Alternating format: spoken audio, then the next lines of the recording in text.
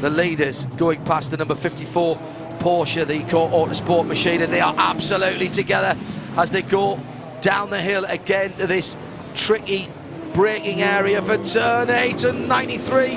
Great driving, whoever's in the Acura at the moment. The number 93 car, it's Andy Lally, of course it is, who just changed his turning point to allow the leader to go through. Really heads up driving. Oh, and almost coming together going through turn number 9. There was the merest amount of room between first and second as Jordan Taylor was desperately not wanting to brake as he came through there, trying to close the gap between himself and Ryan DL. And this new mandated gear set on the Cadillac is working perfectly because he can't punch out of the corner. 3 wide across the start-finish line. Lexus, Porsche and Nissan prototype. Here comes the Cadillac. It gets into its stride and breezes past. Back into the lead. That was amazing stuff. And just that longer piece of straight line was exactly what the 6.2 litres of American muscle needed to go past the 3.8 V6. Wow. He goes down the inside of turn number 5. This is the new leader, the black number 10 Cadillac. Well, he's had to work for that. Couldn't get out of the hairpin, the slowest corner on the circuit, because of this new final drive, mandated by the series to try and mitigate some of the advantages of that big 6.2 litre Cadillac engine. But it also means that through traffic, perhaps he's not as nimble as he used to be, and they've got a BMW right with them now as well as they're going through traffic. And it's the Turner BMW, the 96, that has to be dealt with here, and Taylor thinks better of it. Oh, down the inside, the 24 car hits the leader. Oh my goodness me. And that again is just 2 cars into one, not going. The 24 BMW with Martin Tomczyk, as Jeremy said, seemingly up to pace again after falling from the GTM lead, just down the inside there. And for a moment, Jordan Taylor was getting pushed sideways by a bit of Munich metal. Yeah, and with all this, battling your way through these through this traffic here, the 3rd place car, Jonathan Bomberito, the Mazda DPI, he's only 4 seconds behind, and Stephen Simpson has been closing in quite quickly on, well, not quite quickly, but he's certainly closing in the 4th position as well for JDC Miller Motorsports. That's the bright yellow number 85 car.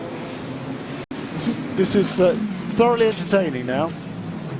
Yes, and doesn't that just make you wish we'd had a bit more green flag running? Leaders now mired. That's the battle for 3rd position in GTD, and more side by side. This looks like a Saturday night dirt track race. Paint trading there. 63, Alessandro Balzan and Jerome Moule. The Mercedes are long gone in the lead, but 3rd place, wow. Got Jeanette and Blakemore, and now 5 seconds behind him. Big side-by-side accident, action. Right, what happened? Well, this is the pass for the lead round the outside for Jordan Taylor, using the straight line speed of the Cadillac. He can't use the torque as easily now, so he has to let that car get up to its terminal velocity, and he planned and schemed and did that perfectly. 1st, 2nd and 3rd in GTLM coming to turn 9 to complete their 61st lap.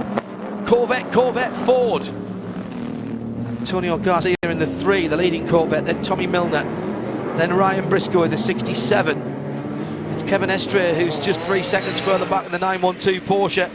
Tommy Milner cruelly robbed of victory when he was nerfed out of the lead by the Porsche last year, which allowed Nick Tandy to take the victory. Tell you what. 2nd place at the moment, riding shotgun for his teammates. Look, we're watching the leaders in GTM going into turn 1. The 2 Corvettes absolutely nose to tail. Look who's only 3 or 4 car lengths behind. Ryan Briscoe. Well, that would be Ryan Briscoe, yeah, in car number 6 and 7, the Ford. So Chevrolet versus Ford. 2 Chevrolets against 1 Ford it is at the moment at the head of the field in GTLM. 60 laps completed, but inside 2 minutes to go. Yeah, and Tommy Milner, as I just said, Jeremy, he knows what it's like to be nerfed out of the lead. He'll be playing backstop at the moment. This has got to be a 1-2 for Chevrolet. This would be another unexpected result for the oldest now of the GTLM cars. but there's life in that old thing yet. This would be win 104 for Corvette Racing if it does happen. Meantime, Jordan Taylor has set sail, and it's 5.7 seconds, so once he got past Ryan DL, there was nothing the Scotsman could do. And the Scotsman down in the 18s now, as Jordan Taylor is still in the 14s, in fact.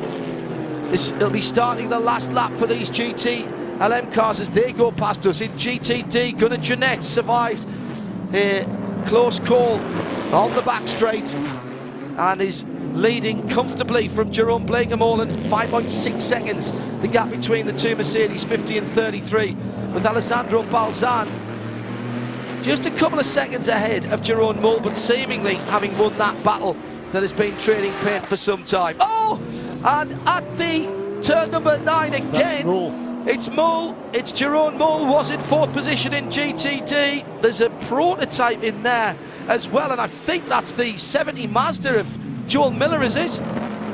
Very difficult to see the Lamborghini, big car. Last lap, white flag is out. And the yellow flags will be at turn 9. The yellow flags, and no overtaking here for the leaders in GT-LM. Well, both of those cars have moved, amazingly, after what seemed to be heavy contact. So this is not going to be the last lap for these guys, Jeremy, because the leader hasn't come through, or is he? White flag is out now, so they will have to do another lap because they're right in behind the number 10 of Jordan Taylor, cruising to another Cadillac victory. You can take their fuel, you can take away their punch out of the final corner, but you can't hold a good team back. And the Konica Minolta team claim another victory in the 2017 IMSA WeatherTech Sports Car Championship. Cadillac on the streets of Long Beach win the Bubba Burger Sports Car Grand Prix.